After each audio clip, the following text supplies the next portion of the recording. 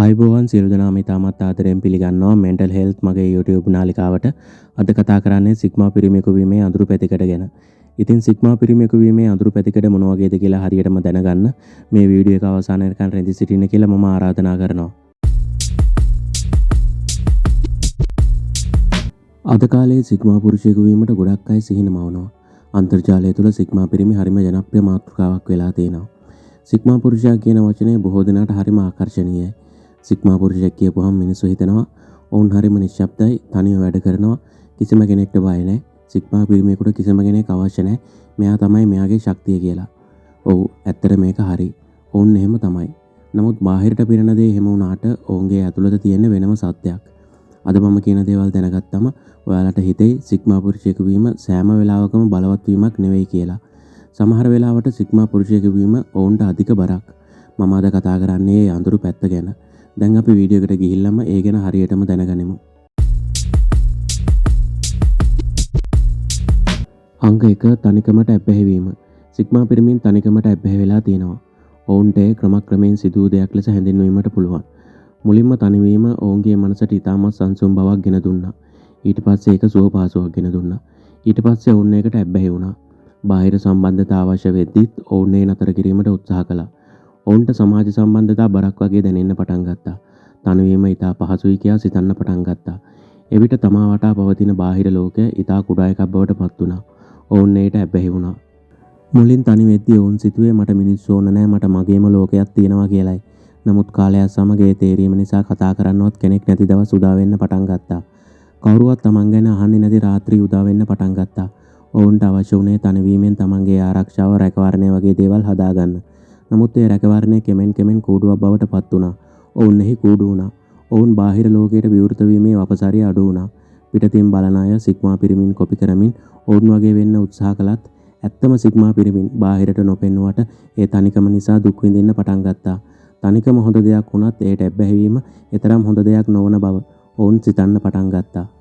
නමුත් දැන් ඔවුන් ඒට ඇබ්බැහි වෙලා නිසාත්, සමාජයේ ඔවුන්ව ඒ ආකාරයට මනින නිසාත් ඔවුන් ඉදිරියටත් ඒ පවත්වාගෙන යනවා. ඔවුන්ට දැන් බාහිර ලෝකයක් නැති ගානයි. සමහර අවස්ථාවල ඔවුන්ට බාහිර ලෝකය හා එකතු වීමට අවශ්‍ය වුණත් ඔවුන්ගේ සිතට එවැනි ආශාවන් ආවත් ඔවුන් එම සිතුවිලි ඉක්මනින් හකුලා ගැනීමට කටයුතු කරනවා. අංක 2 හැඟීම් සංගවා ගැනීමට සිදුවීම. සිග්මා පිරිමින් කියන්නේ තමන්ගේ සිතට පැමිණෙන හැඟීම් ඉක්මනින් පෙන්වන අය නෙවෙයි. ඔවුන් කිසි දෙයකට මැලිවන්නේ නැහැ. ඔවුන් පැමිණිලි කරන්නේ නැහැ. හැඟීම් තමා තුළම තබා ගනිමින් ඒවාට අගුළු දාලා හැඟීම් හිර කරගෙන ඉන්නවා. ඔවුන් වේදනාව තනුව විඳ දරා ගන්නවා. කෝපය ගිල ගන්නවා. දුක නොසලකා හරිනවා. නමුත් ඔවුන්ගේ හැඟීම් අතුරුදහන් වන්නේ නැහැ. ඒවා ඔවුන් තුළ පවතිනවා. පිටතට නොපෙන්වා ඒවා හිර කරගෙන ඉන්නවා. ඔවුනුත් සතුටක් දැනුණු විට මහ හයියෙන් hina වෙන්න ආසයි. ලොකු දුකක් දැනුණාම ඒ දුක නැති වෙනකම් මහ හයියෙන් විලාප දීලා අඬන්න කැමතියි.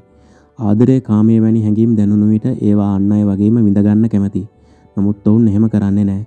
ඔවුන් හැඟීම් සංගවා ගන්නවා. ඔවුන් හිතනවා මම එහෙම කරන්නේ නැහැ කියලා. අන් අය ඔවුන්ගෙන් ඒවා බලාපොරොත්තු වුණත් ඔවුන් එහෙම කරන්න පෙළඹෙන්නේ නැහැ.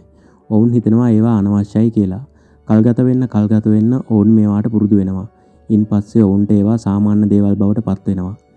නමුත් හැඟීම් කියන්නේ අහෝස කරන්න පුළුවන් දේවල් නෙවෙයි. ඒවා හරියට නිකන් අලුගොඩ යටින් තියෙන ගිනි පුළඟක් වගේ. කොයි මොහොතක හරි ගිනි බවට පත් වෙනවා. කාලයක් ගියාම ඒවා උණුසුම් වෙනවා. කෝපයක් වෙනවා. හිස්කමක් වෙනවා.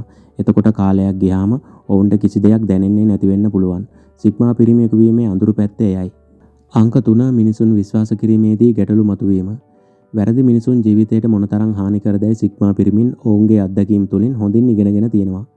ඒ නිසා ඔවුන් මිනිස්සුන්ව සැක කරන්න පටන් ගන්නවා. කිසිම කෙනෙක් ඕනෑට වඩා විශ්වාස කරන්න සුදුසු නැතයි ඔවුන් විශ්වාස කරනවා. හැම සිනහාවක්ම ඇත්තක්ද, හැම වචනයකම අරමුණක් තියෙනවද කියලා ඔවුන් සොයන්න පටන් ගන්නවා. කෙනෙකු ඇත්තටම හොඳ වුණත් ඔවුන්ට විශ්වාස කරන්න බෑ. ඔක්කොම තමන් ළඟ ඉන්නේ වාසියට විතරයි. තමන්ට නැති වුණාම අන්තිමේදී හැමෝම යනවා කියලා ඔවුන් විශ්වාස කරනවා. ඒ විශ්වාසය ඔවුන්ව ආරක්ෂා කරනවා. නමුත් මට නම් සිතෙන්නේ ඒ විශ්වාසයේ සම්බන්ධකම් මරා දමනවා බවයි. නමුත් මොනවා කරන්නද? සිග්මා පිරිමින් එහෙම තමයි. සිග්මා පිරිමියෙකුගේ අඳුරු පැත්ත ඒ වගේ තමයි. අංක 4 සමාජයෙන් ඈත්වීම. සිග්මා පිරිමින්ට සමාජය අමුතුයි. ඔවුන් හිතන දෙයක් තමයි මිනිස්සු හිස් දේවල් ගැන කතා කරනවා, බොරුව ප්‍රදර්ශනය කරනවා, අනුමැතිය ඉල්ලනවා කියන එක. සිග්මා පිරිමින්ට මේ දේවල් ඉතාමත් අර්ථ විරහිත දේවල්. ඒ නිසා ඔවුන් සමාජයෙන් ඈත් වෙනවා. කාලයක් ගියාම ඔවුන්ට තමන් සමාජයට අයිති නෑ වගේ කියලා දැනෙන්න පටන් ගන්නවා. ඒ ඔවුන්ගේ උඩඟුකම කියලා ඔයාලට හිතෙන්න පුළුවන්. නමුත් ඇත්තටම එය එසේ නොවේ. එය ඔවුන් සමාජයෙන් ඉගෙනගත් පාඩම් නිසා සමාජයෙන් ඈත්වීමක් විදිහටයි මම නම් දකින්නේ. ඔවුන් සමාජ පද්ධති වලට ගැලපෙන්නේ නැහැ. ඔවුන් ට්‍රෙන්ඩ් පසුපස යන්නේ නැහැ. අනුමැතිය සොයන්නේ නැහැ. නමුත් මෙම වෙන්වීම කාලයක් ගියාම ඔවුන් සමාජයේ සමග තිබෙන සම්බන්ධතා කැඩීමක් විදිහට සඳහන් කිරීමට පුළුවන්. ඔවුන්ට සමාජයේ කතා වෙන දේවල් හිස් කතා වගේයි. නීති අර්ථ රහිත වගේයි. ඒ නිසා ඔවුන් ඉවත් වෙලා යනවා. මම නැවතත් කියනවා එය ඔවුන්ගේ උඩඟුකම නෙවෙයි. වෙනස් බවක් දැනෙන නිසායි ඔවුන් සමාජයෙන් ඈත් වෙන්නේ කියලා. අංක 5 දේවල් ගැන ඕනෑවට වඩා සිතීම. සිග්මා පිරිමින් ඕනෑම දෙයක් නැවත නැවතත් සිතන පුද්ගලයන් වනවා. ඔවුන් ඉතාමත් නිශ්ශබ්දයි. එම නිශ්ශබ්දතාවය ඔවුන්ට සිතන්න ඉඩ ලබා දෙනවා. අධික නිශ්ශබ්දතාවය අධිකව සිතන්න ඉඩ ලබා දෙනවා. සිග්මා පුරුෂයෙකු පසුගිය කතා නැවත නැවතත් සිතනවා. වැරදි විශ්ලේෂණය කරනවා. වැරදුන නරකම අවස්ථා වැඩිපුර සිතනවා. රාත්‍රී නිින්දට පෙර ඔවුන් දවසේ සිදුවන දේවල්, ඔවුන් කියපු කරපු දේවල් ගැන නැවත නැවතත් සිතනවා. මේ අධිකව සිතීම ඔවුන්ට ඇන්සයිටි, ડિප්‍රෙෂන් වැනි මානසික රෝග වැළඳීම දක්වා දුර්දිග යාමක් වෙන්නත් පුළුවන් වෙනවා. දේවල් ගැන ඕනෑට වඩා සිතීමේ දෙපැත්තක් තියෙනවා. එහි පළමු පැත්ත වන්නේ යමක් කරන්න ගියපුවාම ඒ දේ ඉතා නිවැරදිව කර ගැනීමට හැකියවීමයි. අනිත් පැත්ත වන්නේ එය මානසික වදයක් බවට පත්වීමයි. එය හරියට නිකන් මෙන්න මේ වගේ. හිතන්නකො මෙහෙම. ඔන්න ඔයා උදේම වැඩට යන්න කියලා නැගිටිනවා.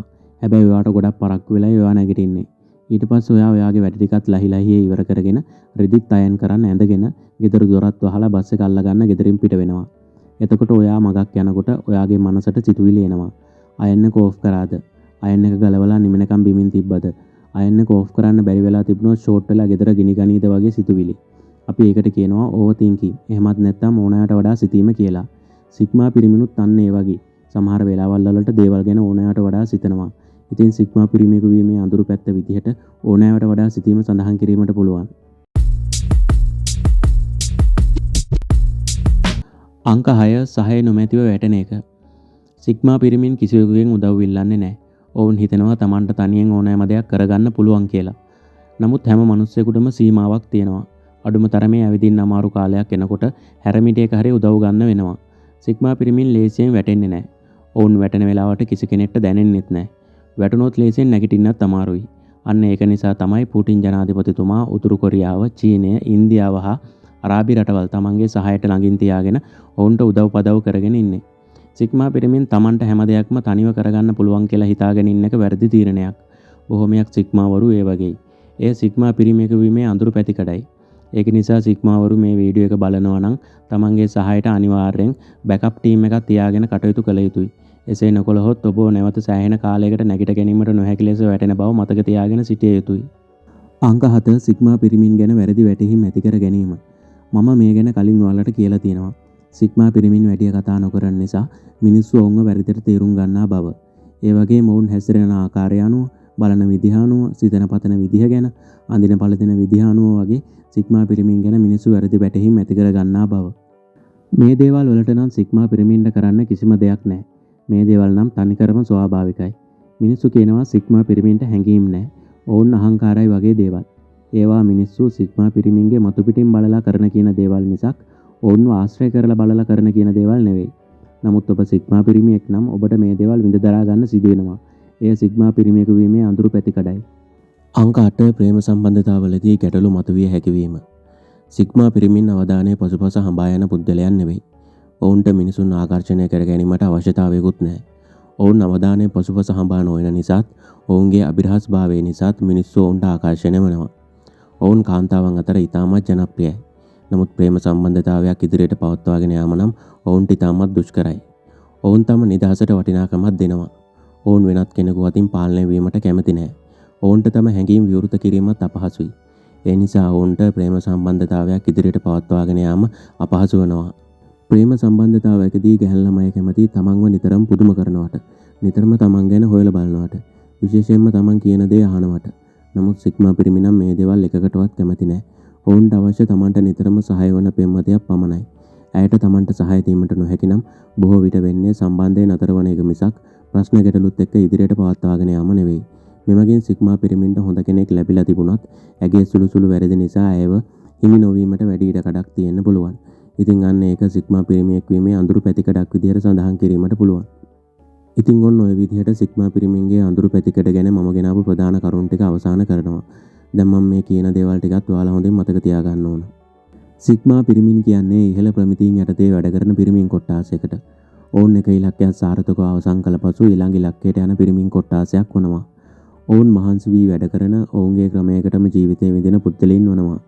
ඔවුන් මිනිස්සුන්ව ගැඹුරෙන් නිරීක්ෂණය කරනවා. ඒක ඔවුන්ගේ ආරක්ෂක උපක්‍රමයක් වනවා. මේ නිසා ඔවුන්ට සමහර වෙලාවට හොඳ මිනිසුන් අහිමි වීමටද පුළුවන් වෙනවා. ඔවුන් නායකත්වය හඹා යන්නේ නැහැ. ඔවුන් කාගෙන්වත් අනුමැතිය බලාපොරොත්තු වෙන්නේ නැහැ. ඔවුන් තමන්ගේම මාර්ගයක ගමන් කරනවා. එය බලවත්. නමුත් ගැඹුරෙන් බලපුවාම ඒක හරිම හුදකලාවක්. ඔවුන්ගේ සැබෑ අඳුර ඇත්තේ ඔවුන් ලෝකෙට හොරෙන් විඳින මානසික වෙහෙස තුලයි. තනිව සටන් කිරීම, හැඟීම් සංගවා ගැනීම, දේවල් ගැන ඕනෑමට වඩා සිතන එක, මිනිසුන් විශ්වාස කිරීමේ ගැටලු මතුවීම ඒට උදාහරණ විදිහට සඳහන් කරන්න පුළුවන්. සිග්මා පිරිමියෙකු ලෙස සිතීම ලේසි. ඔවුන් වගේ වීම අමාරුයි. සිග්මා පිරිමින් සදාකාලික තනිකඩයින් නෙවෙයි. එය తాවකාලික හුදකලාවක් පමණයි. ඔවුන් තමන්ට විශ්වාසවන්තයින්ට තමන්ගේ ලෝකයට ඇතුළු වීමට ඉඩ ලබා දෙනවා. එය තේරුම් ගත්ත මිනිස්සු ඔවුන්ගේ විශ්වාසය දිනාගෙන ඔවුන්ගේ කුඩා මිතුරු කවයට ඇතුළු වෙනවා. ඉතින් මම හිතනවා ඔයාලට සිග්මා පිරිමියෙකු වීමේ අඳුරු පැත්ත ගැන දැන් වැටහීමක් ඇති කියලා. ඉතින් අන්න ඒක නිසා අදට මම මේ වීඩියෝ එක නතර කරනවා. මේ වීඩියෝ එකට කැමති නම් ලයික් කරන්න, තව කෙනෙක්ට බලන්න ෂෙයා කරන්න, දන්නේ නැති දේවල් දැනගන්න කමෙන්ට් කරන්න. ඒ වගේම තමයි මේ වගේ වීඩියෝ තව තවත් ඔයාලට ගෙනෙන්න මට ශක්තියක් වෙන්න මගේ channel එක subscribe කරන්න කියන එක මතක් කරන ගමන් ගිහින් එන්නම්. සියලු දෙනාම මානසික සතුටෙන් සුවපත් වේවායි ප්‍රාර්ථනා කරනවා.